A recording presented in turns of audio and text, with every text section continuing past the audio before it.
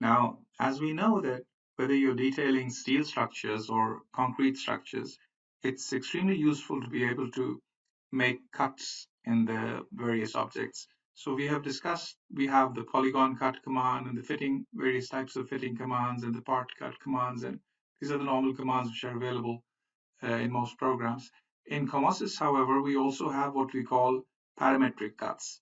Now, the advantage over which parametric cuts have over the normal cuts is that you can actually modify their parameters later on. So, for example, if you were to create a polygon cut, it will be basically created using the points which you choose. But then later on, modifying it will be difficult. You'll probably have to recreate it. But if you were to use a parametric cut, for example, you see there are so many options over here, and all of them are parametric. We're not going to go through all of them, that takes a lot of time, but just to give you a clue of how these things work, I'm going to do the box cut and the cylinder cut with you.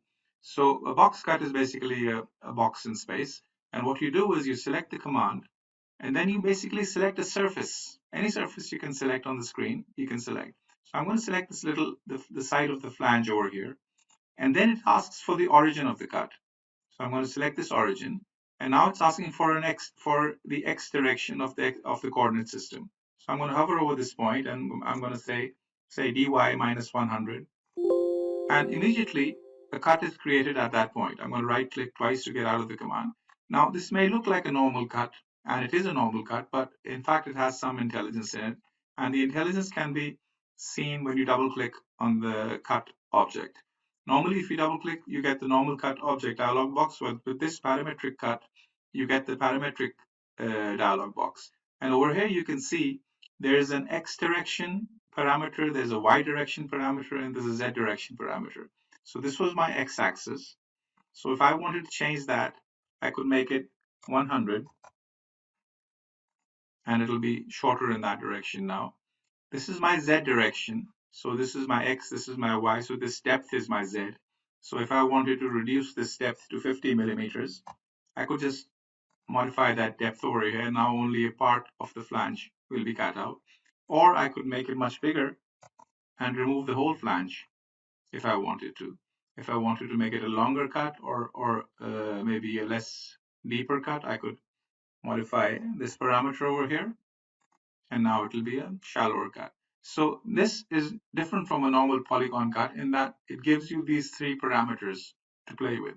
It's a parametric cut, and you can also save it away with different names. So I've got one saved away, for example. You can load those names later and just apply them, and a different cut will be created according to the parameters. This is very useful because being able to modify the cuts which you have made parametrically is extremely beneficial, and you can then play around with those numbers easily. Let's do another example. We can try, for example, the cylindrical cut now. Now the cylindrical cut, once again, will ask you for a surface, just like the other one did, and we select this web of the beam, and we're going to select a point over here. So let's select that point over there, and then I'm just going to right click. I don't want to select any direction, and immediately it assumes an x direction, and it creates that cylindrical cut for me. Now I could have made this cylindrical cut using the polygon cut command as well. If you remember, there's an option of creating circular cuts in there as well. But over here, I can so easily manipulate the radius, for example. I can make it larger if I wanted to.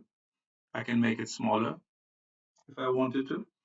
I can even change the section count. If I wanted a more accurate circle, I can make it more accurate. I can also modify these end conditions. I can give them certain angles. So these parametric cuts are extremely useful, and we can play around with them, and they offer a big advantage over the normal cuts that we have in COMOSYS. Now, I'm not going to show all of them, but you see there's a cone cut, there's a pyramid cut, there's a sphere cut, there's torus spherical head, there's torus, there's transition, there's surface of revolution, extrusion, tapered. All these shapes, they're all parametric, and they can be used to create any sort of parametric cut which you feel like.